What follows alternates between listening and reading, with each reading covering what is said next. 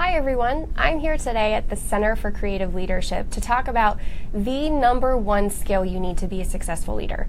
George, to kick us off, what is that skill? It's self-awareness.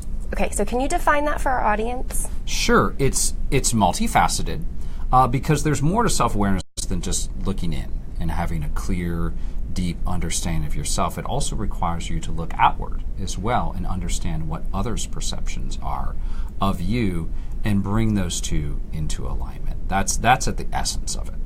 So why is self-awareness important? Why is it the skill we need to be a successful leader? Well, it is at CCL one of our fundamental 4 leadership skills that we focus on with all the leaders that we work with. And those other 4 include communication, influence, and something we call learning agility. But I think you could argue that self-awareness is perhaps the most foundational of those 4 because it really is the beginning point. If you want to grow and develop, you have to know who you are and you have to have a clear assessment of what it is that you need to grow and develop on. And without that accurate self-perception and also really buying into that, it's really hard to form direction for your own development.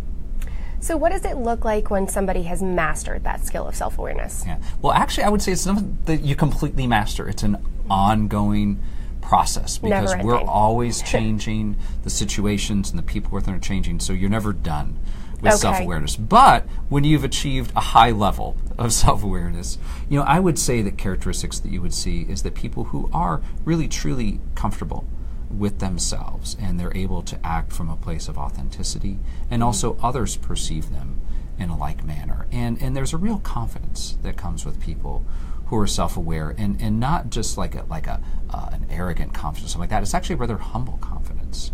And it's really born of a deep understanding of themselves. And again, they kind of carry with them this ongoing sense of what is the alignment between my identity, who am I, my brand, how I'd like to be seen by others, what I aspire to be seen as, and also then my reputation. How is it that other people actually perceive me?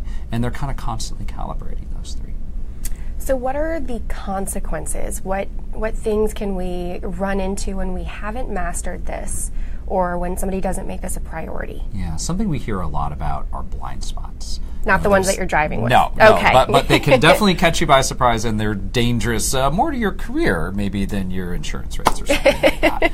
But they are important. There's those things that we might perceive in our own self-perception that, hey, I'm great at this. And others are like, no, I don't think so.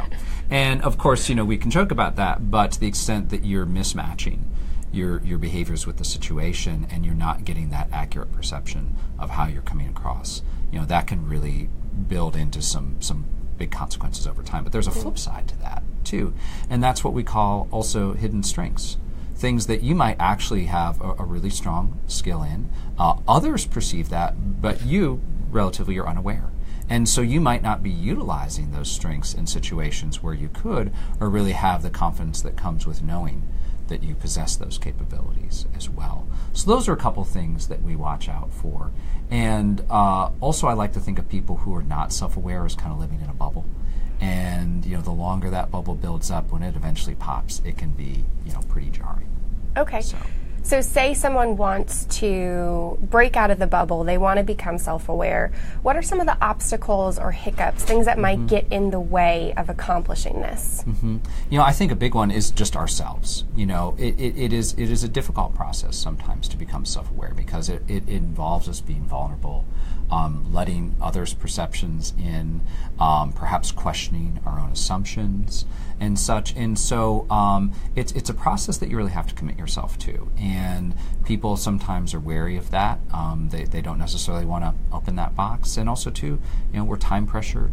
We might not be in environments that really provide us proactively with a lot of feedback from other people. So there are definitely some obstacles that come, but I think the biggest one is the internal one.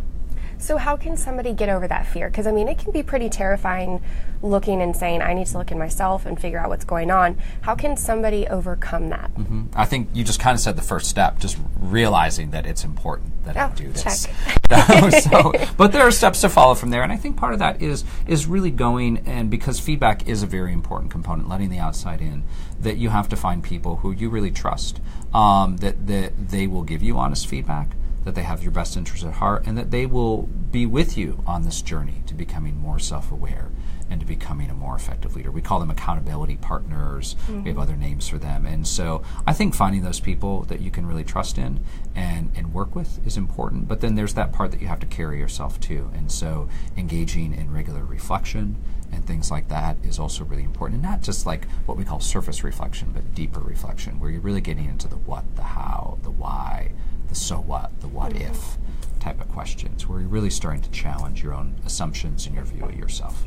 Okay, so before we sign off, I want to make sure that we have some actionable steps that we can take away from this conversation. What are just one or two things that you would tell me or people who are watching or listening that we can do to start this journey? I think, seeking that informal feedback, which, important note there, you have to be prepared to receive that. So it's just as important as to how you react to it as how you ask for it.